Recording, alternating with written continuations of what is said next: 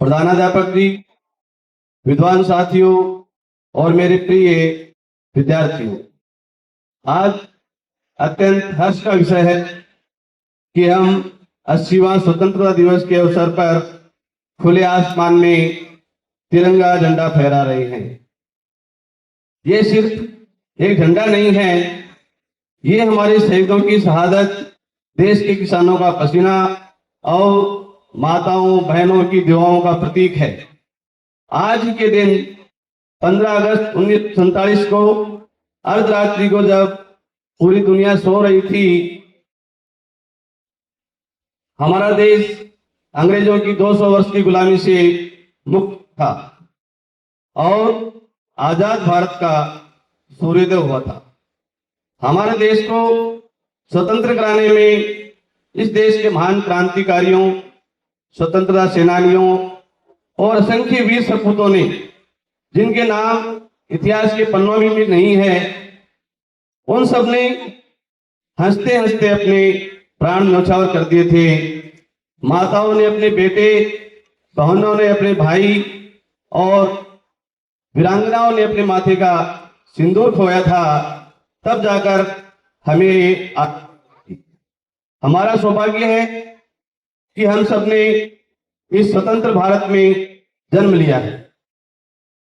इस धरती पर प्रत्येक प्राणी स्वतंत्र रहना चाहता है, स्वतंत्र विचरण करना चाहता है। स्वतंत्रता एक ऐसा शब्द है जो मनुष्य के भीतर स्वाभिमान से जीने का साहस भर देता है। स्वतंत्रता का अर्थ केवल अपने लिए जीना नहीं है, बल्कि दूसरों के लिए जगह बनाना भी है। प्रकृति भी हमें ये सिखाती है कि सच्ची स्वतंत्रता वही है जिसमें अपनापन हो, संवेदना हो, सहानुभूति हो और साथ लेकर चलने की सहज इच्छा हो। इसी भाव को समझना ही हमें परिपक्व बनाता है। एक परिपक्व नागरिक ही स्वतंत्रता को सही अर्थों में इस्तेमाल कर सकता है। इसलिए हमें हमारे अधिकारों और कर्तव्य के प्रति बीच का संतुलन सहजता से जीवन में उतारना चाहिए। हम सभी अपने अधिकारों के प्रति बहुत जागरूक रहते हैं, लेकिन अधिकारों के साथ साथ हमारे देश के प्रति, हमारे समाज के प्रति, हमारे परिवार के प्रति हमारा क्या कर्तव्य है, इसको हम भूल जाते हैं। तो पहले हमें अपने कर्तव्य को निभाना चाहिए, उसके बाद में हम हमारे अधिकारों को अमल में लाएंगे तो ये देश है जो उत्तरोत्तर वृद्धि की ओर अग्रसर होगा।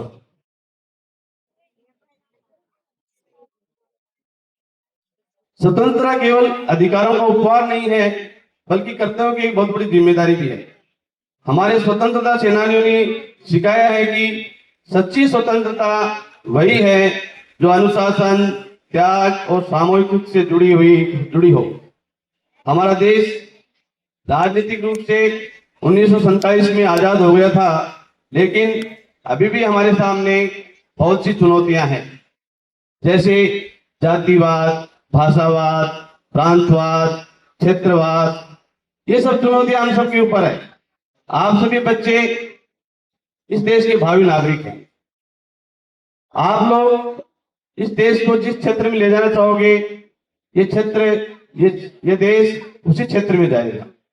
इसलिए हमें एक विद्यार्थी के नाते इन सब से ऊपर उठ करके विचार करना चाहिए, चिंतन करना चाहिए। तो इसलिए हमें एक सच्चे भारतीय नागरिक बनना है। सर्वप्रथम हम सच्चे भारत के नागरिक होंगे तो हम देश के प्रति जो भी कार्य करेंगे वो बहुत ही पूर्ण निष्ठा, ईमानदारी एवं तन मन से करेंगे। आजादी का असली मतलब सोचने की आजादी, पढ़ने की आजादी। हम सबको सब प्रकार से आजादी है। हम सब अपने मन में सोच सकते हैं, अच्छे से पढ़ सकते हैं, अपने सपने संजो सकते हैं, सपनों को हम इंप्लीमेंट कर सकते हैं। हम सब प्रकार से आजाद हैं, स्वतंत्र हैं। आप इस देश के भावी नागरिक हैं।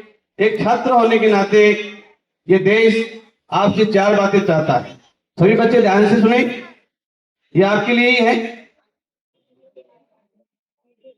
सर्वप्रथम शिक्षा और कौशल, जिससे आप विद्यालय में शिक्षा ग्रहण कर रहे हैं, तो हमारे देश के माननीय प्रधानमंत्री जी की अपेक्षा है कि हम सब शिक्षा के क्षेत्र में कौशल विकसित करें, विज्ञान के क्षेत्र में, तकनीकी के क्षेत्र में हम आगे बढ़ेंगे तो हम इस देश को, जो भारत का सपना है विकसित राष्ट्र और आत्मनिर्भर राष्ट्र, हमारे देश के प्रधानमंत्री का सपना है कि 2047 में अपना देश है जो एक विकसित राष्ट्र की श्रेणी में आए और हमारा देश है जो एक आत्मनिर्भर भारत बने।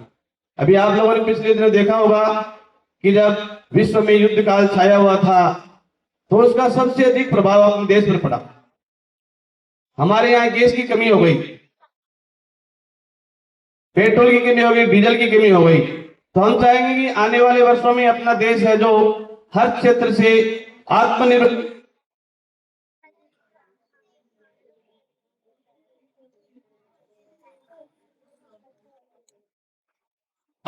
होंगे तो हमें दूसरों के ऊपर भरोसे नहीं रहना पड़ेगा और हमें जो जिस अपेक्षा से अपने देश को, जिस क्षेत्र में अपने देश को ले जाना चाहते हैं, हम वहां ले जा सकेंगे।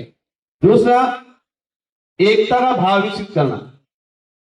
हम सब सभी धर्म में ऊंच नीच भेदभाव इन सबको से ऊपर उठ करके हम सब एक हैं, ये हमारे अंदर भाव होना चाहिए और हम सब एक होंगे तो इस भारत को हम फिर से विश्व गुरु बना पाएंगे।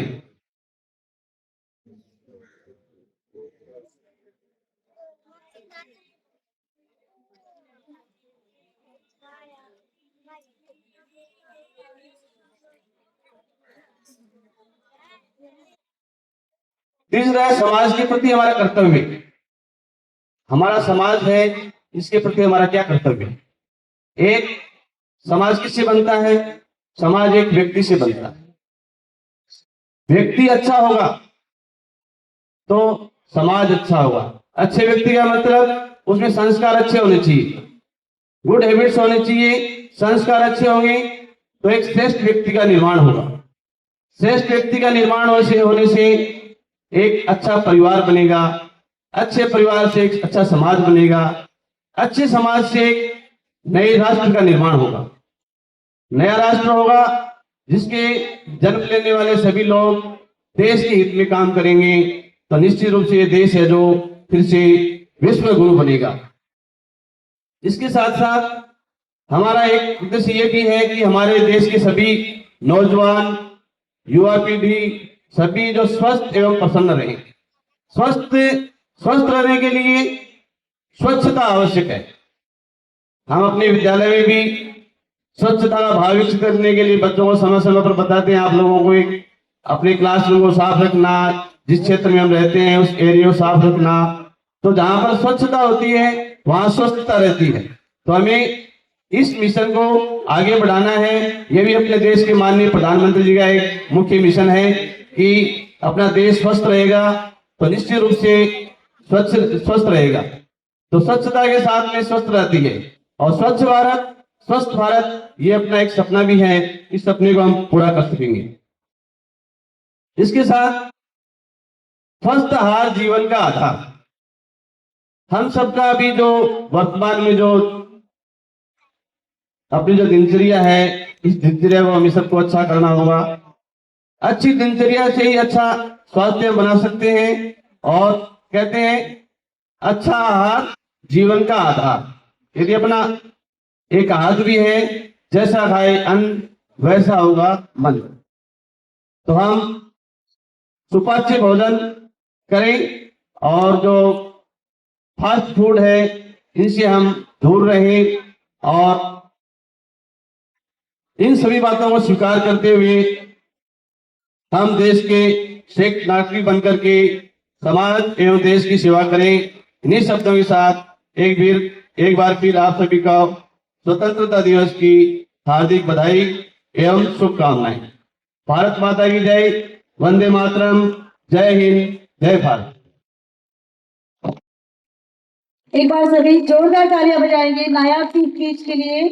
And I'm going to tell you all that Kar has completed the glorious journey sir is going to complete the glorious journey in Kendriya Vidyalaya Sangathan and going to attain the age of superannuation on this month, 31st August. So this was amazing time for sir. And sir, you have done the wonderful job in KVS, serving all the children, our nation. And definitely after attaining the age of superannuation, you are going to serve our country, our society. So thank you so much, sir.